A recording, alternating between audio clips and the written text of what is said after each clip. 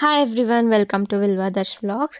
இன்றைக்கி random 2 days routine தான் நான் vlog-ஆக எடுத்து போட்டிருக்கேன்.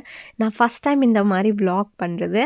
இந்த வீடியோ பிடிச்சிருந்தா மறக்காமல் எனக்கு கமெண்ட்டில் சொல்லுங்கள். ஏதாச்சும் சேஞ்சஸ் இருந்தாலும் கமெண்ட்டில் சொல்லுங்கள். நான் நெக்ஸ்ட் டைம்லேருந்து கரெக்டாக பண்ணுறதுக்கு ட்ரை பண்ணுறேன். எனக்கு தெரிஞ்ச டிஷ்ஷஸ், அதுக்கப்புறம் ஏதாச்சும் குறும்புத்தனம் பண்ணியிருந்தா அதை மட்டும்தான் இந்த வீடியோவில் ஆட் பண்ணியிருக்கேன். இது வந்து ஃப்ரைடே மார்னிங் பிரேக்ஃபாஸ்ட்டுக்கு நான் போஹா பண்ணியிருந்தேன். போஹா ரொம்ப சிம்பிள், எக்ஸ்பிளைன் பண்ணுறது ஒன்றும் இல்லை. ஜஸ்ட்டு நார்மல் தாளிப்பும், அதுக்கப்புறம் வெங்காயம், பச்சை மிளகாய் எல்லாமே போட்டு ஊற வச்சுருந்தா போஹா போட்டு, நான் எக்ஸ்ட்ராவாக தேங்காய் பூ ஆட் பண்ணுவேன். உங்களுக்கு பிடிச்சிருந்தா கண்டிப்பாக நீங்கள் தேங்காவை ஆட் பண்ணி ட்ரை பண்ணலாம். செம்ம டேஸ்ட்டில் இருக்கும். நான் யூஸ்வலி பிரேக்ஃபாஸ்ட் எல்லாமே நான் லாகின் பண்ணுறதுக்கு முன்னாடியே பிரேக்ஃபாஸ்ட்டை முடிச்சுட்டு தான் லாகினே பண்ணுவேன். லஞ்சுக்கு வந்து எனக்கு டைம் இருக்கும் 1 hour. ஸோ அதனால நான் லஞ்ச் எப்போவுமே அந்த 1 hour பிரேக்கில் லஞ்சு சமைச்சிட்டு அதுக்கப்புறம் ஒரு 1/2 hour லஞ்ச் சாப்பிடுவேன். இன்றைக்கி 2 பேர் ஒர்க் ஃப்ரம் ஹோம்ன்றதுனால 9:30 10 o'clock ஆகிடும் பிரேக்ஃபாஸ்ட் சாப்பிட்றதுக்குள்ளேயே. ஏன்னா பூஜைலாம் பண்ணிவிட்டு போஹா பண்ணி சாப்பிடும்போது எக்ஸாக்ட்லி 10 o'clock. நான் பெருசாக எதையும் ப்ரீ பிளான்லாம் பண்ணவே மாட்டேன். எனக்கு அது இன்னும் வரல. நீங்கள் யாராச்சும் ப்ரீ பிளானிங்லாம் பண்ணுறதா இருந்தால் எனக்கு கமெண்ட்டில் சொல்லுங்கள். எனக்கு ரொம்ப யூஸ்ஃபுல்லாக இருக்கும். நான் நிறைய வீடியோஸ் பார்ப்பேன், எப்படி தான் இவங்க ப்ரீ பிளான்லாம் பண்ணுறாங்க அப்படின்ட்டு. ஏன்னா நான் ஒன்று யோசிச்சு போவேன், அது கிச்சனில் பார்த்தா வேறு ஏதோ இருக்கும். என்ன இருக்கோ அதை வச்சு நான் சமைச்சு முடிச்சிடுவேன். அவ்வளோதான். எனக்கு ப்ரீ பிளானிங்லாம் கிடையாது. என்ன மாதிரி நீங்களும் இருந்தால் எனக்கு கமெண்ட்டில் சொல்லுங்கள். பிரேக்ஃபாஸ்ட் முடிச்சுட்டு லாகின் பண்ணி இன்றைக்கி கொஞ்சம் நல்லாவே ஒர்க் இருந்துச்சு. ஸோ மதியம் லன்ச்சு ஸ்கிப் பண்ணியாச்சு. நைட்டு டின்னருக்கு நான் வந்து கோதுமை தோசை தான் பண்ணியிருந்தேன். ரொம்ப ஈஸி, பெரிய வேலைலாம் ஒன்றும் இல்லை. ஸோ அதனால் எனக்கு மாவும் அரைக்கலான்ட்டு கோதுமை தோசை பண்ணியிருந்தேன். நான் கோதுமை தோசை ரொம்ப சிம்பிளாக தான் பண்ணுவேன். எப்போவுமே ஒரு 2 கப் கோதுமை மாவு, கொஞ்சமாக உப்பு, தண்ணி நல்லா மிக்ஸ் பண்ணணும். எவ்வளோனா கை வலிக்கிற வரைக்கும் மிக்ஸ் பண்ணணும். அது கொஞ்சம் கூட கெட்டி இல்லாமல் வந்ததுன்னா கோதுமை தோசை சூப்பராக வரும். நீங்களும் ஒரு வாட்டி வேணால் ட்ரை பண்ணி பாருங்கள். அண்ட் ரொம்ப தின்னாகவும் வரும். இந்த மாதிரி திக்காக போடணும் அந்த மாதிரியெல்லாம் இருக்காது. நீங்கள் கொஞ்சம் கூட கெட்டி அந்த மாதிரி இல்லாமல் சூப்பராக ஸ்மூத்தாக மிக்ஸ் பண்ணிடணும். கோதுமை தோசைக்கு எனக்கு சாம்பார் ரொம்ப பிடிக்கும். அதுவே டெட் ஆப்போசிட். என் புருஷனுக்கு சட்னி இருந்தால் தான் சாப்பிடுவாங்க. அவங்க சாம்பாரில் சாப்பிட மாட்டாங்க. ஸோ அதனால இன்றைக்கி நான் ரெட் சட்னி, கெம்பு சட்னி, பெங்களூர் சட்னி என்ன வேணால் கூப்பிடலாம். இல்லைனா மசாலா தோசாவுக்கு வைக்கிற சட்னி. இது ரொம்ப ஈஸி. நான் இதுக்கு வச்சுருக்கிற பேர் வந்து சோம்பேறி சட்னி.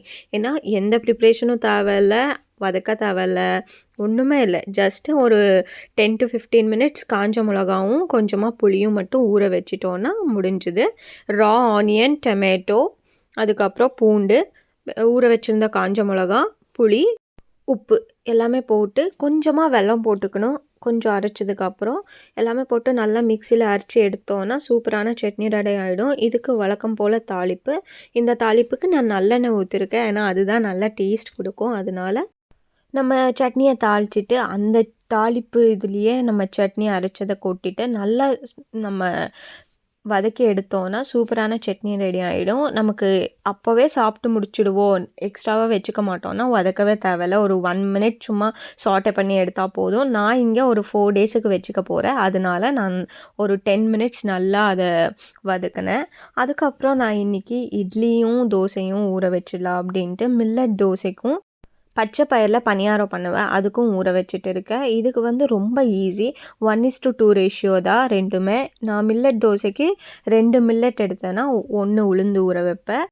பச்சை பயிர் பணியாரத்துக்கு 3/4 பச்சை பயிர் எடுத்திருக்கேன், 1/2 உளுந்து எடுத்திருக்கேன். எல்லாத்தையும் நல்லா கழுவி ஒரு 6 hours ஊற வச்சிட்டோன்னா சூப்பராக அதுக்கப்புறம் அரைச்சிடலாம். நான் ஃபுல் டீட்டெயில்டு வீடியோ வந்து ஒரு ஷார்ட்ஸ்லேயும் போட்டிருக்கேன், இதுலேயும் ஆட் பண்ணியிருக்கேன். மறக்காமல் செக் பண்ணி பாருங்கள். மில்லட் தோசைக்கு மட்டுமே நான் 1/2 கப் அவல் மட்டும் எக்ஸ்ட்ராவாக சேர்த்துப்பேன்.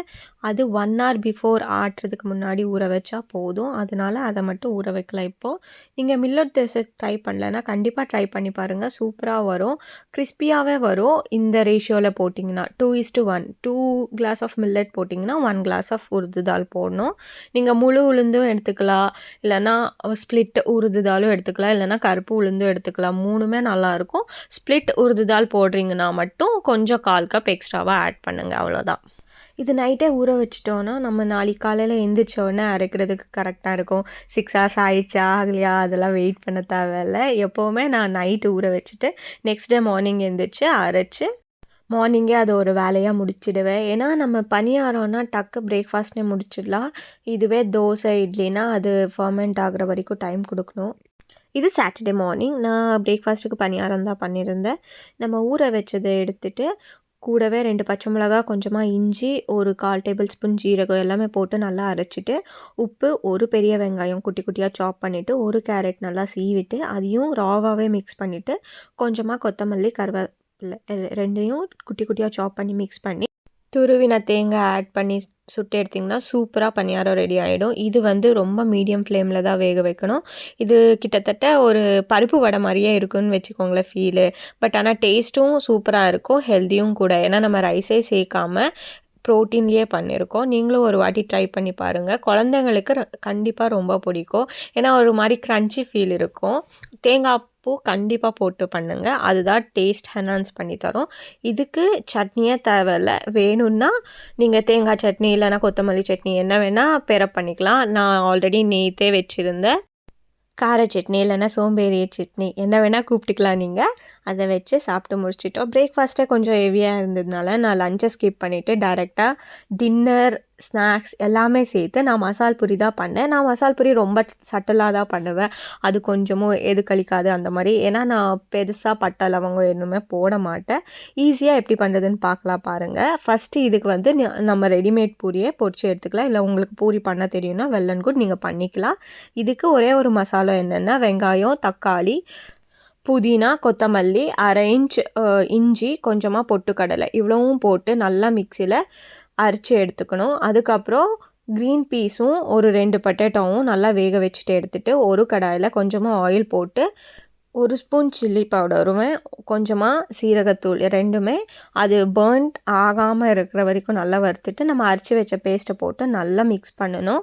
அந்த ரா ஸ்மெல்லாம் போயிடணும் அந்த நம்ம அரைச்சி வச்சது. ஏன்னா நம்ம எதையும் வதக்கலை, அதனால ரா ஸ்மெல்லாம் போகிற வரைக்கும் நல்லா வதக்கிட்டு கூடவே கொஞ்சம் தண்ணி போட்டு நல்லா வதக்குனதுக்கப்புறம் நம்ம மேஷ் பண்ணி வச்சுருந்த க்ரீன் பீஸும் பொட்டாட்டோவும் எடுத்து அதில் போட்டு நல்லா கொதிக்க விடணும். நான் பீஸ்க்கு ஆல்ரெடி உப்பு போட்டு தான் வேக வச்சுருந்தேன். அந்த டைமில் நான் உப்பு பார்த்துட்டு உப்பு பத்தலைன்னா திரும்பியும் உப்பு போட்டுட்டு கொஞ்சமாக சர்க்கரையோ இல்லை வெள்ளைப்பொடியும் போட்டு நல்லா ஆயில் பிரிஞ்ச வர வரைக்கும் கொதிக்க விட்டிங்கன்னா மசாலா ரெடி ஆகிடும். உங்களுக்கு தேவைப்பட்டால் கரம் மசாலா ஆட் பண்ணிக்கோங்க, இல்லைனா கம்ப்ளீட்லி ஸ்கிப் பண்ணிக்கோங்க. இவ்வளோதான். கொஞ்சம் கூட எக்ஸ்ட்ராவாக மசாலா எதுவுமே இருக்காது. இது சப்பாத்திக்கும் நெக்ஸ்ட் டே வச்சு சாப்பிட்லாம். ஆனால் மசால் பூரி செம்ம டேஸ்ட்டில் இருக்கும். நிறைய பேர் ரோடு சைடு மசால் பூரினாலே விரும்பி சாப்பிடுவாங்க. ஸோ நம்ம வீட்லேயே ரொம்ப ஹைஜீனிக்காக ஹெல்த்தியாக பண்ணி கொடுக்கும்போது எல்லாருக்கும் பிடிச்ச மாதிரியும் இருக்கும், ஹெல்த்தியாகவும் இருக்கும். நம்ம பானிபூரி மாதிரி உடைச்சி அந்த மசாலா ஊற்றி சாப்பிட்டா அதுவே தனி டேஸ்ட்டாக. இந்த மாதிரி ஒரு வாட்டி ட்ரை பண்ணி பாருங்கள். லாஸ்ட்டில் நம்ம கொஞ்சமாக லெமன் ஸ்க்வீஸ் பண்ணிக்கணும். இந்த வீடியோ பிடிச்சிருந்தா கண்டிப்பாக லைக் பண்ணுங்கள், ஷேர் பண்ணுங்கள், கமெண்ட் பண்ணுங்கள்.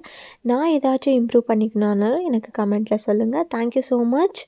Keep supporting me. Please subscribe to my channel.